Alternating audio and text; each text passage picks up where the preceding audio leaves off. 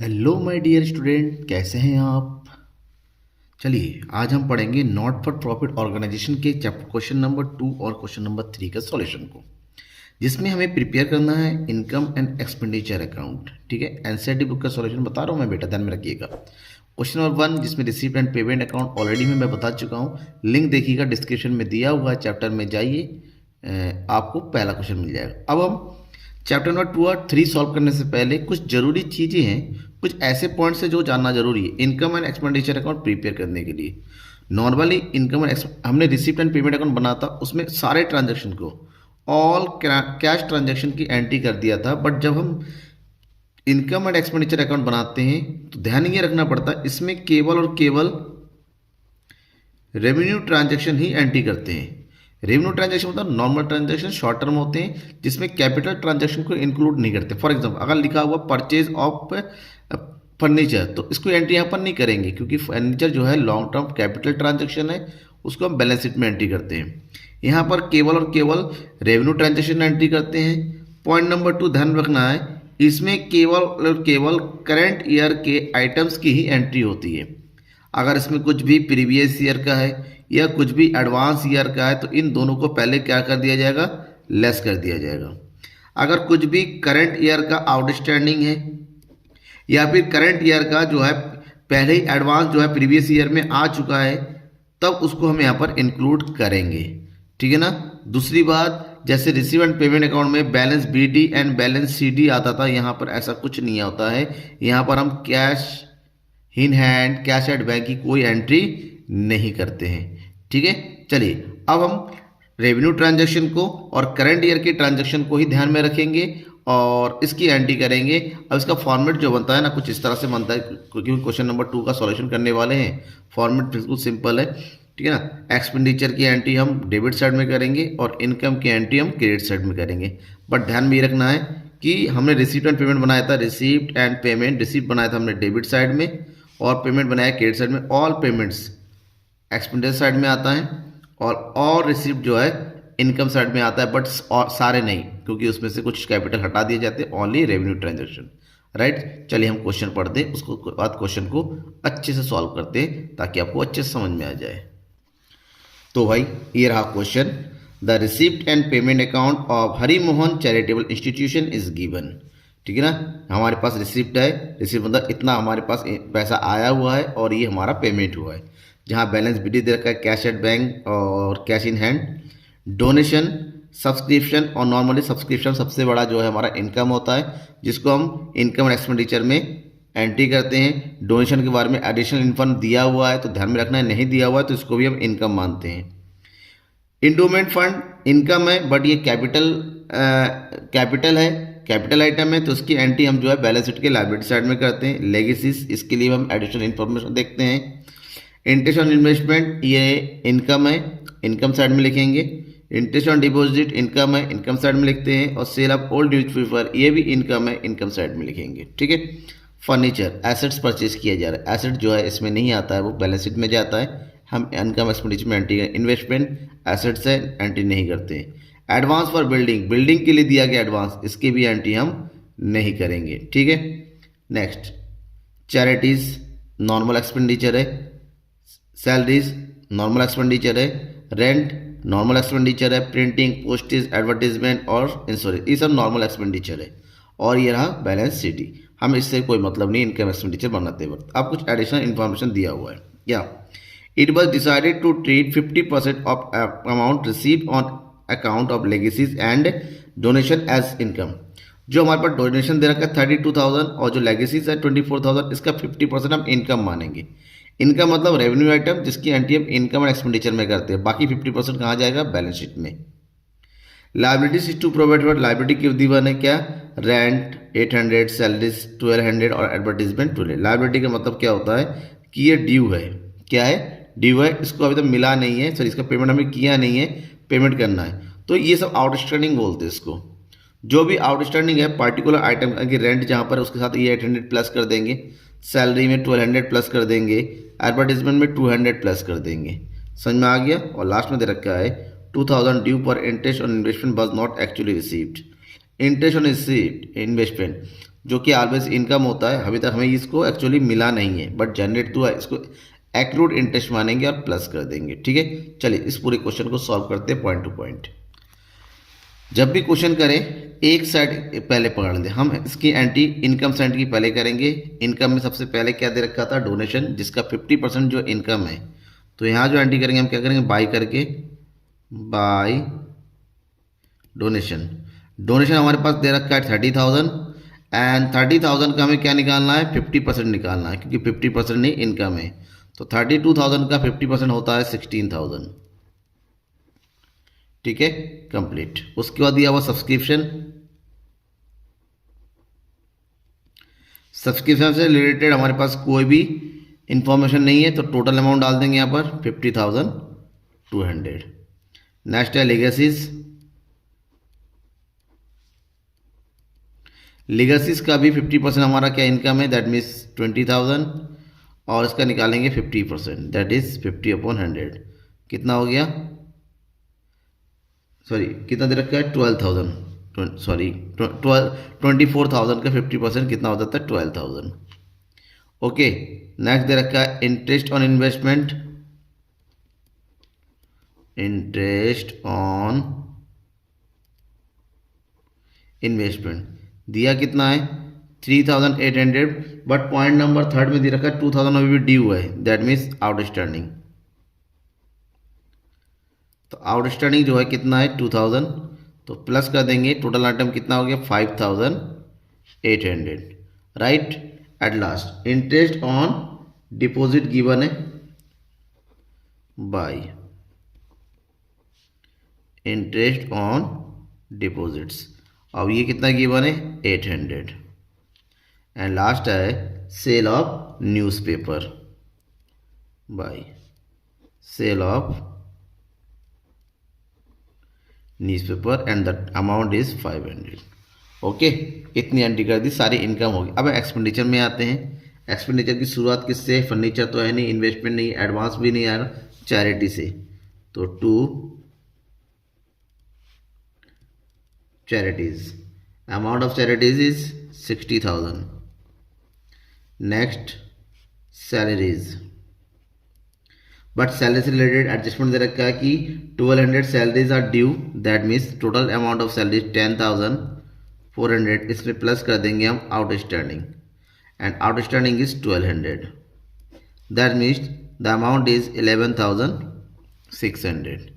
Next to rent and taxes, rent and taxes, ये भी amount दे रखा है 4,000, इसके बारे में भी एडजस्टमेंट है, आउटस्टैंडिंग दे रखा है, उसको प्लस कर देंगे, तो outstanding is 800, the amount is 4,800। Clear, समझ में आ रहा है ना, डाउट होता है बेटा कमेंट बॉक्स में कमेंट करके बताइएगा। 2 प्रिंटिंग, प्रिंटिंग कितना दे रखा है, 1,000। नेक्स्ट पोस्टेज,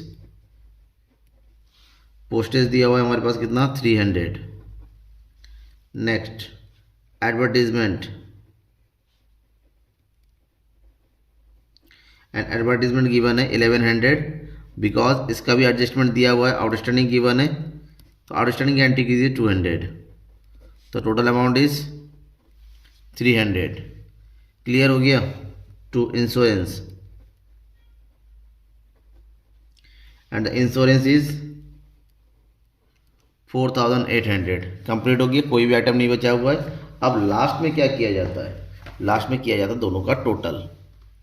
ठीक है, ये है इनकम साइड और ये एक्सपेंडिचर साइड, दोनों का हम टोटल करेंगे। आप इनकम का टोटल कीजिए, तो इनकम का जो टोटल आ रहा है ना बेटा, इनकम का, ठीक है, जो इनकम का टोटल आ रहा है वो आ जाएगा हमारा 85,300, जबकि एक्सपेंडिचर का टोटल करेंगे, इसका टोटल आ रहा है एक्सपेंडिचर का हमारा, ये आ रहा है 83,800। अब इनकम में से इनकम ज़्यादा एक्सपेंडिचर कम, इन दोनों का डिफरेंस निकालेंगे, 13 में से 8 गया 5, इधर बचेगा 1, 1,500। तो इनकम का ज़्यादा होना कहलाता है सरप्लस, तो लिखेंगे 2 सरप्लस, ब्रैकेट में लिखो excess of income over expenditure and the amount is 1500, right. Complete हो गया 1500। अब देखिए ध्यान रखिएगा, अगर मान लीजिए एक्सपेंडिचर ज़्यादा होता और इनकम कम होता तो उसकी एंट्री हम क्या करते, क्रेडिट साइड में लिखते हैं to deficit excess of expenditure over income. फिलहाल इस क्वेश्चन में हमारे पास इनकम सरप्लस रहा है। अब लास्ट में कर दीजिए टोटल दोनों का। टोटल दो बिगेस्ट अमाउंट है 85,300, यहाँ पर भी हो जाएगा 85,300। समझ में आ गया। ये रहा क्वेश्चन नंबर 2 का कंप्लीट सॉल्यूशन। चलिए अब हम आगे बढ़ते हैं, क्वेश्चन नंबर 3 को सॉल्व करते हैं। Question number 3, from the following particulars prepare income and expenditure. हमारे पास आइटम दे रखे हैं, इससे हमें इनकम और एक्सपेंडिचर कैलकुलेट करना है। ठीक है, कैसे थोड़ा पढ़ लेते हैं। फीस कलेक्टेड, फी कलेक्ट हुआ और शायद कि ये किसी स्कूल या कोचिंग इंस्टीट्यूट वगैरह जैसे भी हो सकता है, फी कलेक्ट किया गया है 8,000 ऑन अकाउंट ऑफ प्रीवियस, जिसमें से 80,000 जो है पिछले साल का है। जैसे कि मैंने बताया था इनकम और एक्सपेंडिचर हमेशा करंट ईयर का अमाउंट ही इंक्लूड करेंगे। 80,000 इसमें पिछले साल का इंक्लूड है, उसको हम एक्सक्लूड करेंगे, इनकी माइनस करेंगे। Fees of the year outstanding, current year का फीस आउटस्टैंडिंग है 30,000, तो प्रीवियस ईयर का लेस कर देंगे और करंट ईयर का ऐड कर देंगे, ध्यान में रखना। Salary paid including 5,000 on account of the previous year, salary पे किया गया 68,000, जिसमें से 5,000 प्रीवियस ईयर का है और salary outstanding at the end of the current year का 3,000। सैलरी ये एक्सपेंसेस है तो एक्सपेंडिचर में शो करेंगे, ये फी कलेक्ट किया गया इनकम है मतलब इनकम साइड शो करेंगे। ठीक है, आगे entertainment expenses, tournament expenses, meeting expenses, travelling expenses, ये सारे एक्सपेंसेस है इनकम एक्सपेंडिचर साइड में शो होता है। Purchase of books and periodicals included 31,000 of purchase of books, purchase books और पीरियोडिकल परचेज किया दोनों मिला के 40,000 का, जिसमें से 31,000 बुक्स है। इसका मतलब ये हुआ कि बचा 9,000 किसका, पीरियोडिकल्स। देखिए बुक्स जो है लॉन्ग टर्म आइटम होता है, कैपिटल आइटम, उसकी एंट्री यहाँ नहीं करते हैं, जबकि पीरियोडिकल्स का मतलब तो छोटे छोटे चार्ट होते हैं डायग्राम बने हुए उसकी। तो 9,000 पीरियोडिकल्स है, इसकी एंट्री हम इनकम एक्सपेंडिचर में करेंगे एक्सपेंडिचर साइड में। Next, postage, telegrams and telephones expenses है 6,000, printing and stationery 18,000, donation received हुआ इनकम है 25,000 और रेंट है 15,000। इस सारे आइटम को यूज़ करना है और क्या प्रिपेयर करना है हमें, इनकम एंड एक्सपेंडिचर। शुरू करते हैं, देखिए। तो थर्ड का सॉल्यूशन करेंगे, जिसमें सबसे पहले हम लिखेंगे बाई साइड में क्या दिया, फी कलेक्टेड, फीस कलेक्ट हुआ, fees collected. Total fee collect हुआ है 5,20,000, जिसमें प्रीवियस ईयर का फीस है उसमें से लेस कर देंगे, लेस प्रीवियस ईयर्स फीस। कितना है प्रीवियस ईयर का, 80,000। तो 5,20,000 में से 80,000 को माइनस करेंगे तो बचेगा 4,40,000। वहीं पर करंट ईयर का फीस आउटस्टैंडिंग था, करंट ईयर का आउटस्टैंडिंग जो है ऐड कर दिया जाता है, ध्यान रखिएगा, आउटस्टैंडिंग। और करंट ईयर का आउटस्टैंडिंग कितना है 30,000, तो ये हो गया 4,70,000। Okay, any doubt, no.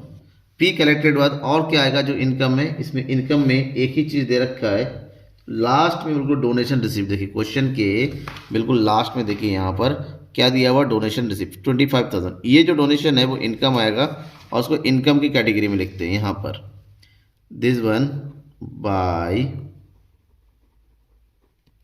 Donation, this one 25,000। ठीक है, इसके अलावा कोई दूसरा आइटम है नहीं। अब हम आते हैं एक्सपेंडिचर में। एक्सपेंडिचर में क्या क्या है, एक्सपेंडिचर में कहाँ से शुरू हो रहा है, सैलरी से। सैलरी है जिसमें से प्रीवियस ईयर का 5,000 है और करंट ईयर का आउटस्टैंडिंग है 3,000। ठीक है, तो इसकी एंट्री करेंगे टू साइड में, to salary.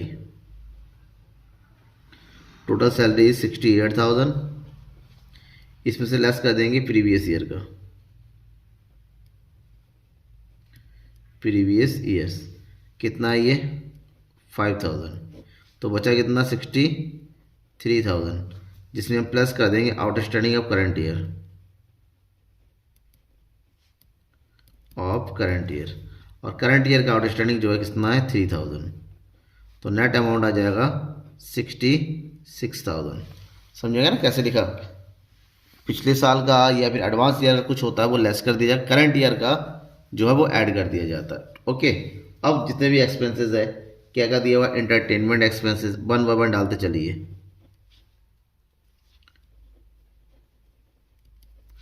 Entertainment expenses and the entertainment expenses is 8,000. Okay, next tournament expenses,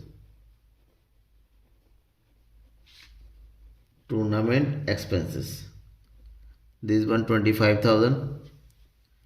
Next meeting expenses,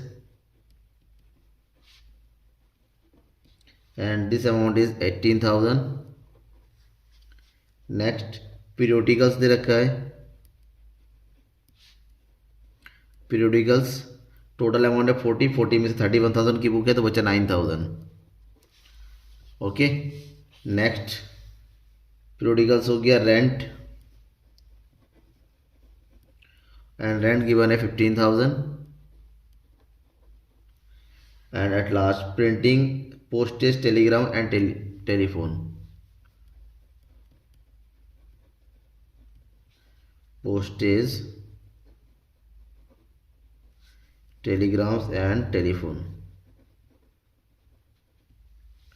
this one 6,000.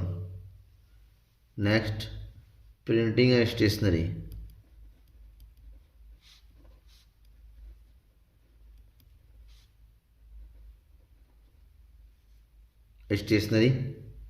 कितना दिया हुआ है 18,000। Okay, and last one donation received, वो एंट्री कर दिया हमने इधर। ठीक है, यहाँ तक कंप्लीट हो गया। अब दोनों साइड का करना है टोटल। अब इधर टोटल करेंगे, ठीक है ना, किसका इनकम साइड का टोटल करेंगे, दोनों आ गया 4,95,000। और हम एक्सपेंडिचर का टोटल करेंगे तो 66,000 से स्टार्ट करके लास्ट में 18,000 तक टोटल कीजिए। ठीक है, अब क्वेश्चन करते हुए एक चीज़ हम भूल गए, ध्यान दिया आपने, क्वेश्चन में दिया होता है एक चीज ट्रैवलिंग एक्सपेंसेस। ठीक है, ट्रैवलिंग एक्सपेंसेस उसकी एंट्री कर देना है, और ट्रैवलिंग एक्सपेंसेस दे रखा है यहाँ पर 7,000। राइट, अब इन सबको ऐड कर दो, 66,000, 8,000, 25,000, 18,000, 9,000, 15,000, 6,000, 18,000 और लास्ट में है 7,000। इन सब का टोटल करेंगे तो हमारा एक्सपेंडिचर साइड का जो टोटल आ रहा है तो ये होगा 1,72,000। लेस करेंगे होगा 3, इधर बचेगा कितना 2, इधर हो गया 3, 3,23,000 का हमारा पास क्या बचा, सरप्लस बचा, क्योंकि इनकम साइड ज़्यादा है और एक्सपेंडिचर साइड कम है तो दिस वन सरप्लस। एक्स लिखेंगे excess of income over expenditure 3,23,000। Okay, ना उसको टोटल करेंगे 4,95,000 and here is also 4,95,000। Done, account close. इसके अलावा बेटा आपको कोई भी डाउट रह जाता है इन दोनों क्वेश्चनों में, समझ में नहीं आया है कैसे बना, कौन सा आइटम कहाँ पर आया, कब आता है, तो आप बेझिझक कमेंट बॉक्स में कमेंट करके बता सकते हैं। तब तक के लिए अपने दोस्तों के बीच में शेयर कर दीजिए, सब्सक्राइब नहीं किया है चैनल को सब्सक्राइब जरूर कर दीजिए। और हाँ, डिस्क्रिप्शन में जाइए, आपको एनसीईआरटी बुक के और सॉल्यूशन चाहिए, सारे चैप्टर के जाइए, प्रॉपर जो है प्लेलिस्ट गिवन है, अब वहाँ से अपने पसंद का जो टॉपिक उठा सकते हैं, पढ़ सकते हैं। ठीक है ना, थैंक यू एवरीवन।